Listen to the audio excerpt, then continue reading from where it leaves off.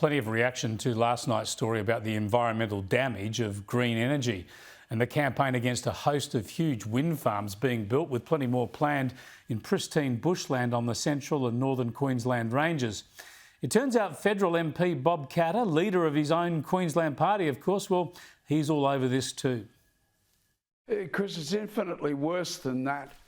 There will be a line blade to blade, about pretty close to 200 kilometres long. They'll be blade to blade, right beside one of the last existing residual jungles in the world. Now, the birds can't fly east, that's the ocean. They're going to fly north or south because that's where they are now in jungle. They will fly west for variety, straight into those wind blades. Now, also, it's on top of the Great Dividing Range. If it's down the hollow, all right, but it's not. It's on the top of the Great Dividing Range.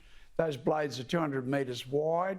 So now we've got the land cleared of all vegetation for 200 metres wide for 150 or 200 kilometres long.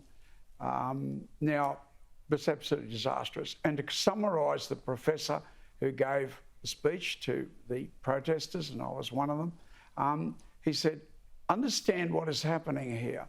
A beautiful nature wonderland is being turned into an industrial wasteland. Well, let's talk about the other climate policy measures and the consequences of those. The safeguards mechanism, which the government looks like it'll get through the Senate in some form, penalising big carbon dioxide emitters, forcing them to reduce their emissions, probably buying carbon credits from overseas. This will force some companies to the wall, won't it? And certainly it'll add to cost for consumers. When they introduced free markets, I said it would double the price of electricity. I was wrong. It nearly trebled the price of electricity. Once the oligopolies were able to take over the electricity industry off the government. I'm no communist, but you know, we were there to provide a cheap, reliable power supply. They are there to make money, and that means putting the price up. And it doesn't hurt to starve the consumers a bit too. The California terrible occurrences there. But look, this tax will wipe out the steel industry, the aluminium industry, and the copper industry in Australia. I mean, if you want the answers, then the Greenies, you know, their own gospel, Bible, Al Gore's An Inconvenient Truth, and it's a very good, actually. And the first solution is ethanol. Have a look at the world, countries using ethanol. The whole world is coloured in, except Africa and Australia and the oil-producing countries. So take the oil-producing countries out, and you take Africa out. The only country on earth not doing ethanol is the one country that should be doing it.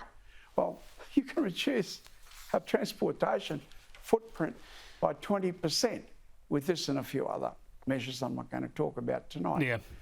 There's a lot of work to be done on biofuels. It's certainly one of the aspects we have to look at into the future. Bob, I just wondered before we go whether you give me I wonder if you could give me a quick word on AUKUS and the fact that some Labor MPs are now dissenting on AUKUS. Is this agreement going to be rock solid under a Labor government? I think it's a very gutsy performance by the Prime Minister. And I think that he's thought about it. You know, I think he's thought about it and he's going to ride the tiger on it. You know, we've got to say good on you as far as I'm concerned. But if you think that China is not an aggressive power, then you don't read history books. You don't read history books.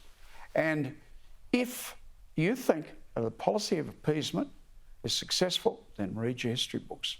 Read about appeasement and see the outcome.